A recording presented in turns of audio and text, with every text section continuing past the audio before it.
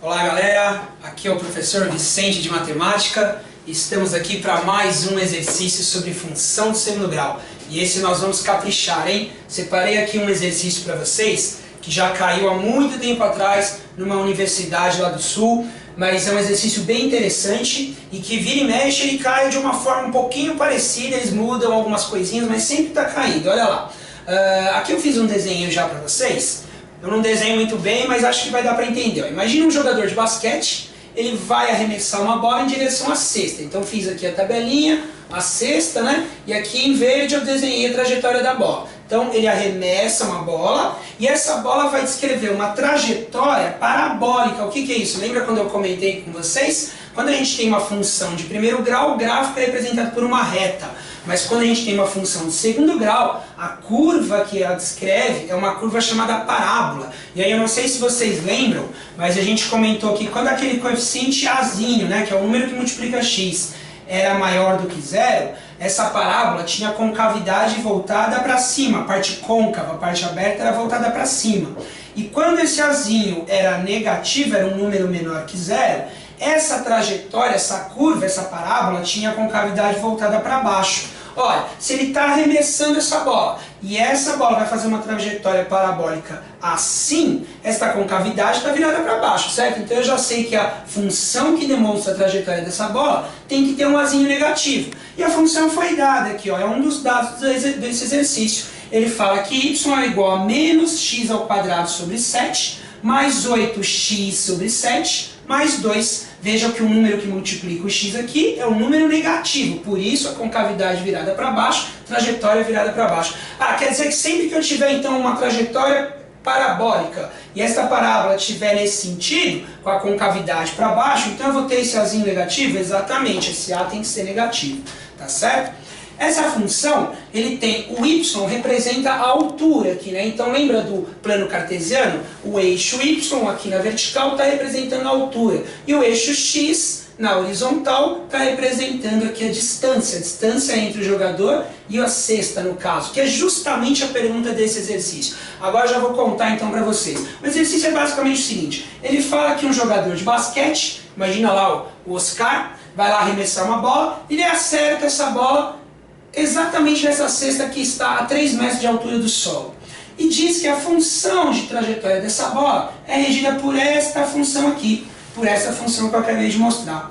Ele pergunta qual a distância horizontal que essa bola percorreu, ou seja, qual é a distância horizontal que essa bola percorre desde o momento que ela foi arremessada, que ela está aqui na mão do jogador, né, do Oscar, até o momento em que ela chega aqui na cesta. Então, essa distância horizontal que eu marquei aqui em vermelho, eu vou chamar de x, tá? É a distância na horizontal que essa bola percorre.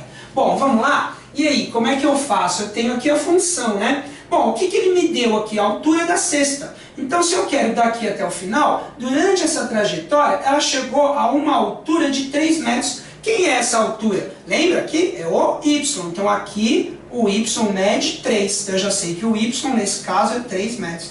E o que ele está perguntando? Ele está perguntando justamente o x, que é a distância horizontal. Então, na vertical, essa bola vai atingir 3 metros de altura.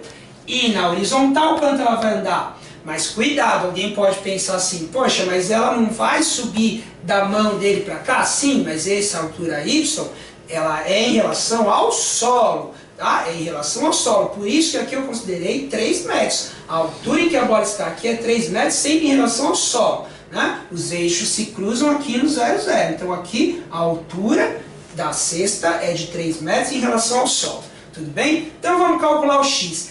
Mas e agora, hein? Como é que eu tenho que fazer? É só substituir. Substituir quem? Eu tenho a altura, eu tenho o y. Então o y que é 3. Então é só colocar 3 no lugar do y. Mas vai ficar meio complicado isso, hein? 3 igual a menos x ao quadrado sobre 7, mais 8x sobre 7, mais 2. Nossa, que equação complicada virou isso aí. Vamos arrumar esse mais aqui para não ficar dúvida.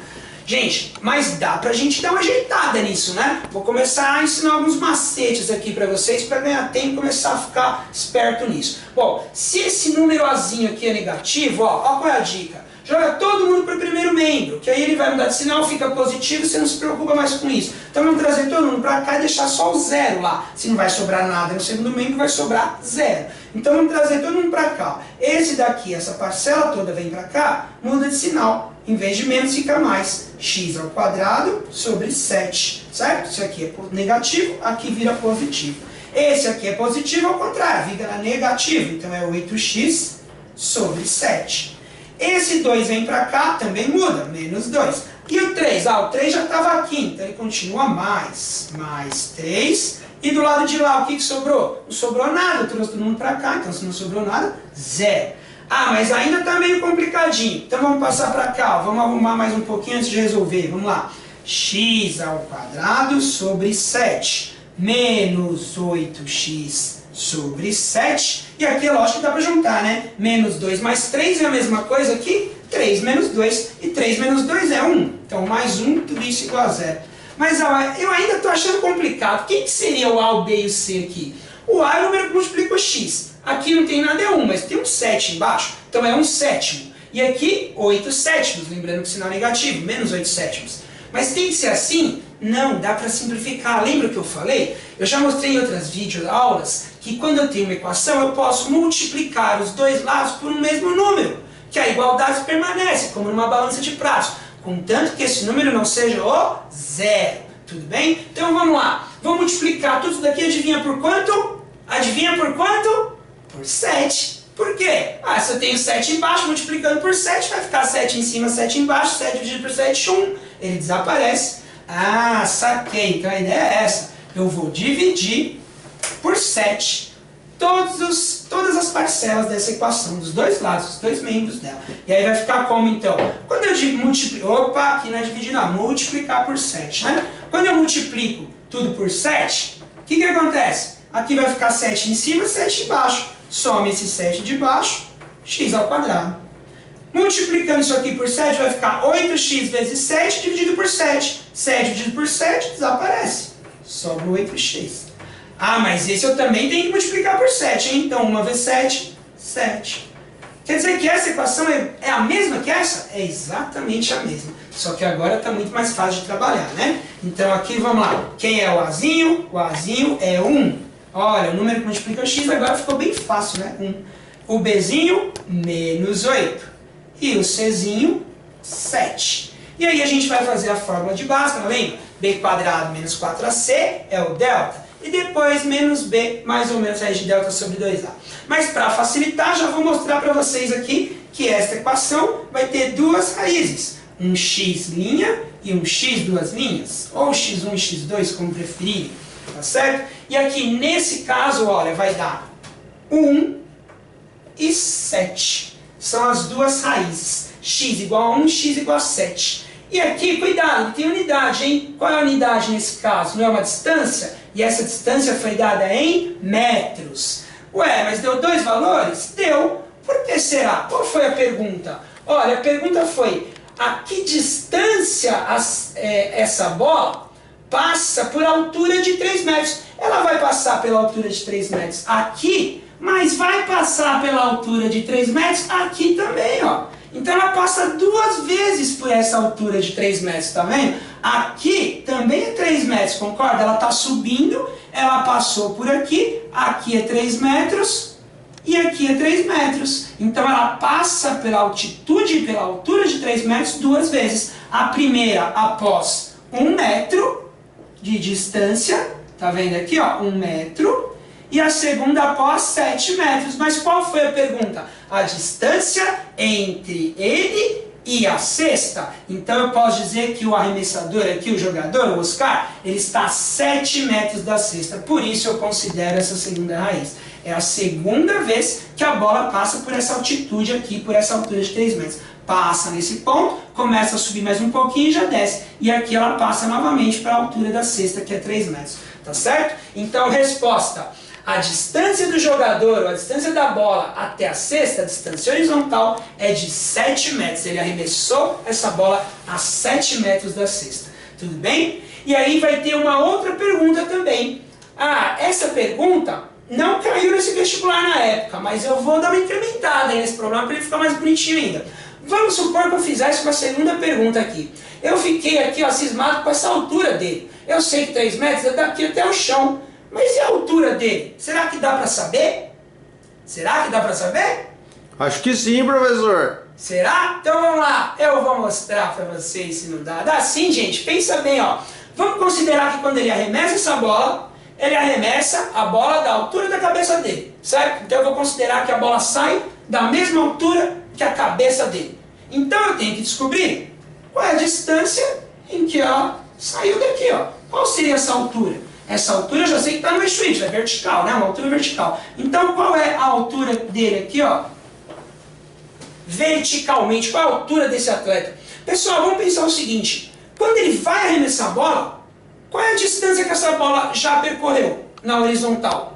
Ela já percorreu uma distância? Não, ela ainda está na mão dele. Então qual é a distância que ela percorreu? 0. Ela não percorreu nada ainda. Então eu posso considerar nesse caso que o x é 0, porque a bola ainda está na mão dele.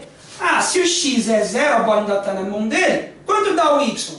Ah, é só trocar o x por 0. Claro, porque quando o x for igual a 0, ela ainda não percorreu nenhuma distância na horizontal. A bola ainda está na mão dele. Portanto, trocando o x por 0, eu acho o valor do y quando a bola está aqui, prestes a sair da mão do levantador. Então, vamos trocar o x por 0? Vamos lá? Y é igual a menos x ao quadrado sobre 7. Vou passar para cá a função, ó. Mais 8x sobre 7 mais 2. Ah, mas então quer dizer que se o x for 0, a bola ainda está na mão dele? Então descubra a altura dele, que é essa altura y. Exatamente, vamos trocar? Y é igual a menos 0 ao quadrado sobre 7, mais 8 vezes 0 sobre 7, mais 2. Ah, mas agora então ficou fácil, né? 0 ao quadrado, 0 vezes 0, 0. Dividido por 7, 0. 8 vezes 0, 0. Dividido por 7, 0. E aí, olha que simples, gente. Quanto que deu aqui? 2. 2 o quê? 2 metros. O que é esse 2 metros? É exatamente a altura da bola no momento em que ele vai arremessar, quando o x ainda é 0, quando a bola ainda não saiu da mão dele. Portanto, se ele arremessou a bola da altura da sua cabeça, ele tem 2 metros de altura. Um pouquinho maior que eu aqui, né? Imagina, bem maior do que eu. Então é isso, gente. Dá para descobrir também a altura do jogador, não é fantástico? Tudo isso só através da função de segundo grau. Tudo bem? Então, espero que vocês tenham gostado desse exemplo. Um exemplo bem interessante que dá para a gente abordar bastante aí da função.